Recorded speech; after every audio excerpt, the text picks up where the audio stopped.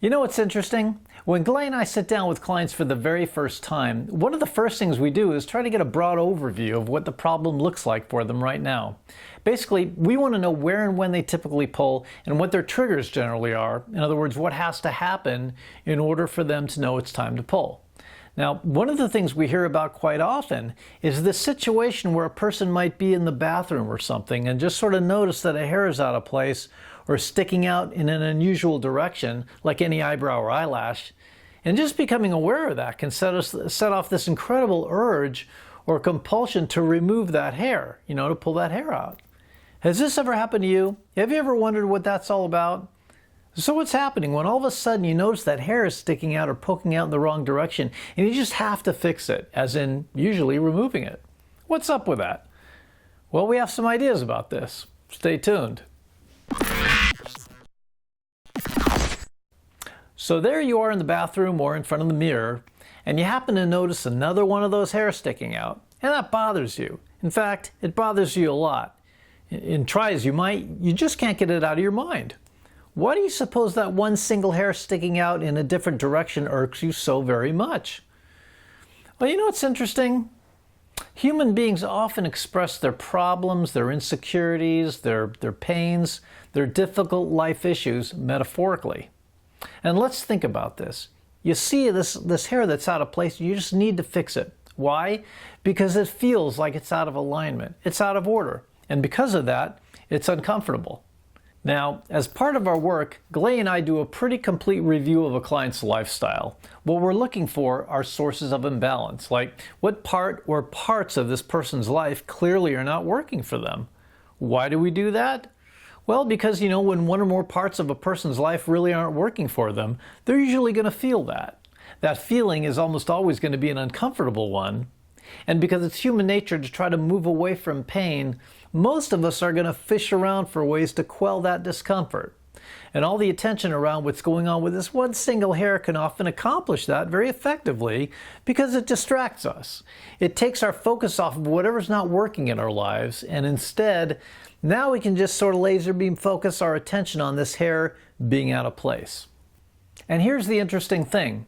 Glay and I have observed with folks who have a particular problem with this kind of thing, well, guess what? It turns out that there's one or more parts of their lives, maybe it's their job, maybe it's their relationship, some bigger picture element of their lives that are also out of alignment, part of their lives that are also out of order. Isn't that interesting? I'll give you an example. Some time ago, we were working with a 36-year-old woman in New York who had been pulling her eyebrows for quite a long time, but now the pulling had gotten a lot worse. Now this woman worked for a large hotel chain and was in charge of setting up, arranging, and managing huge functions for them, like weddings and things like that. So she was working super long hours. In addition to her 40-plus hour work week, she often had to show up to these functions on the weekend, spend all day there, see to this, see to that, and it was a lot. I should add now, this woman did indeed like her work. That wasn't the issue, but it just sucked too much out of her. She was doing too much. There was very little downtime in her life. In general, her life was way out of balance. And she would come home from work and she'd be exhausted and she'd go in and start to take off her makeup. And that's when her attention would seemingly be magnetically drawn to her eyebrows and all the little details about what's going on up there. So there's two things happening here. The first is, while she's spending time thinking about focusing on analyzing her eyebrows, notice that she's also taken a break. She's moved into this quiet, kind of mindless yet focused zone of attention where everything else in her world is mentally shoved to the side for however long she goes into this trick trance.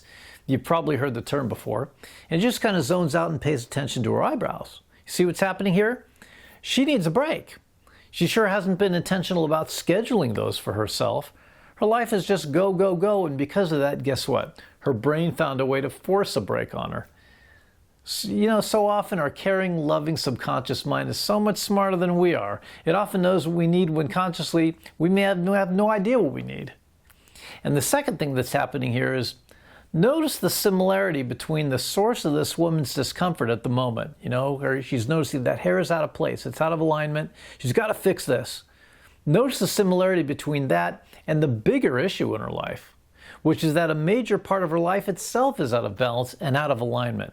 There's something that's not quite right about her lifestyle. At the same time, she's noticing there's something not quite right about her eyebrows. So when I say that people often experience or express their challenging life issues metaphorically in the form of their symptoms, can you see how this works? And for Glay and me to have this insight, by the way, is really good news for our client.